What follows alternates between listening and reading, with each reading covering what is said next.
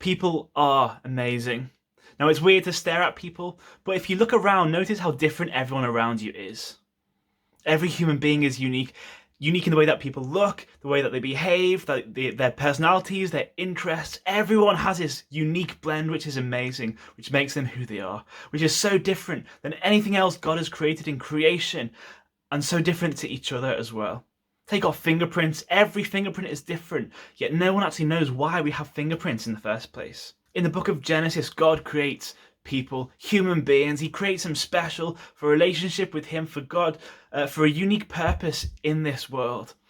It says that God created male and female in His image, in the image of God. And so our value as people comes because we are created by God. Every human being has been created by God. In Psalm 139, it says this: "For you created my inmost being, you knit me together in my mother's womb. I praise you because I'm fearfully and wonderfully made." Have you ever said that to God? I praise you because I am fearfully and wonderfully made. Your works are wonderful. I know that full well. And then it goes on to say about how precious God's thoughts about us are and how He has every day written in His book. Doesn't that just show how much He loves and how much God cares for you and for me? And because God made us and cares for us and loves us, as Christians, as God's representatives, we're called to go out and love each other, to care for each other, to treat people with the same dignity and respect and value that God treats us with. No matter what people's skin colour, no matter what people's background or upbringing, no matter what people's experiences or mistakes, no matter what people's personalities are, no matter how they look, no matter how different they are from us, every human being has value because every human being has been created by God. Every human life is valuable.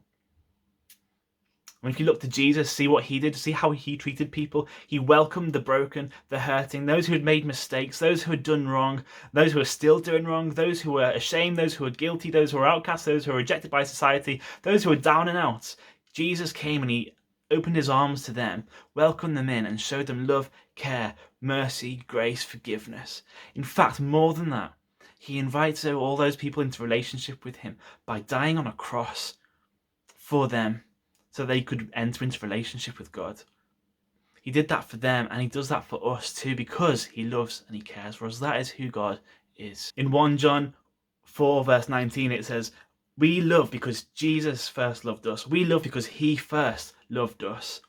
And if Jesus cared like that for people, if God cares like that for people, if He created and gives value to all and dignity, and He loves and He cares and He's so passionate about the individual, calling everyone back to Him, for us as Christians, as Jesus ambassadors and representatives, let's go and be people who reflect His love and care for all people in this world. For the people in your class, for the people in your family, for your friends, for those who are different than you in our community. There is no place for gossip. There's no place for hurting or humiliating or bullying. There's no place for spreading rumours or belittling or cancelling people out. There's no room for injustice, there's no room for racism or greed or trampling on the poor or people who are different, for making fun of people. There's no room for that as followers of Jesus. Every human being's worth comes from the God who created them. And your worth comes from the God who created you. So as Christians, we are meant to be different in this world. We are meant to be a light in this world. People who shine the light of Jesus in this world, representing Him wherever we go. And so the question for you and the question for me is this: how can you represent Jesus in how you treat people through this week?